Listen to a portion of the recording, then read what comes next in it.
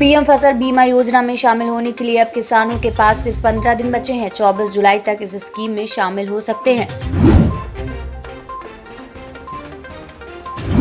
Bharatiya Janata party के संगठन महासचिव बीएल संतोष ने कहा है कि पार्टी प्रदेश में अगले साल होने वाले विधानसभा चुनाव में राज्य की सभी 117 सीटों पर चुनाव लड़ेगी और राज्य में सरकार का गठन करेगी।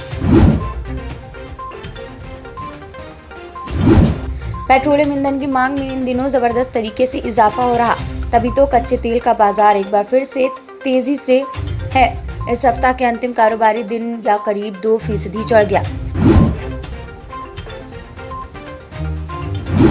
दिल्ली आपदा प्रबंधन अथॉरिटी की शुक्रवार को हुई बैठक में ग्रेडेड रिस्पॉन्स एक्शन प्लान को पास किया गया।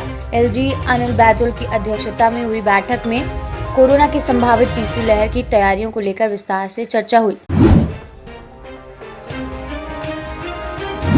अमेरिका के राष्ट्रपति जो बाइडेन ने लॉस एंजलिस के मेयर एरिक गारसेटी को भारत में अमेरिका का नया राजदूत नियुक्त किया। व्हाइट हाउस ने इस बात की जानकारी दी। कोविड महामारी की वजह से नॉन कोविड मरीजों के इलाज पर बहुत असर हुआ। इस वायरस का डर लोगों में इस कदर घर कर गया है कि लगभग 90% मरीज ओपीडी में इलाज के लिए नहीं गए।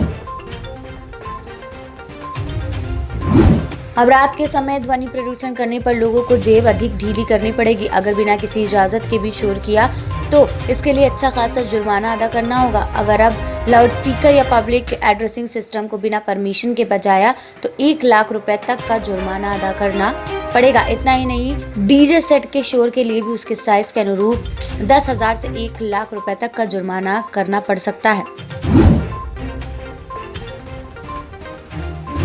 देश में कोरोना की दूसरी लहर ठंडी पड़ने के साथ तमाम राज्यों ने अपने अपने यहाँ बंदिशों में भी ढील देनी शुरू की है। इसी कड़ी में कई ने स्कूलों को दोबारा खोलने की तारीख का ऐलान भी किया। इन राज्यों में हरियाणा, उत्तराखंड, महाराष्ट्र, आंध्र प्रदेश सहित बहुत से राज्य शामिल हैं। देश की सबसे बड़ी डिजिटल पेमेंट कंपनी पेटीएम के $2.3 अरब के आईपीओ से पहले कंपनी में उथल-पुथल जारी है। सूत्रों के मुताबिक नोएडा की इस कंपनी के प्रेसिडेंट अमित नैयर समेत कई टॉप अधिकारियों ने इस्तीफा दे दिया। तापसी पन्नू की फिल्म हसीन दिलरुबा इस समय चर्चा में बनी हुई है और उनकी एक्टिंग की काफी तारीफ हो रही है। उन्होंने फिल्म में रानी कश्यप नाम की महिला का किरदार निभाया है।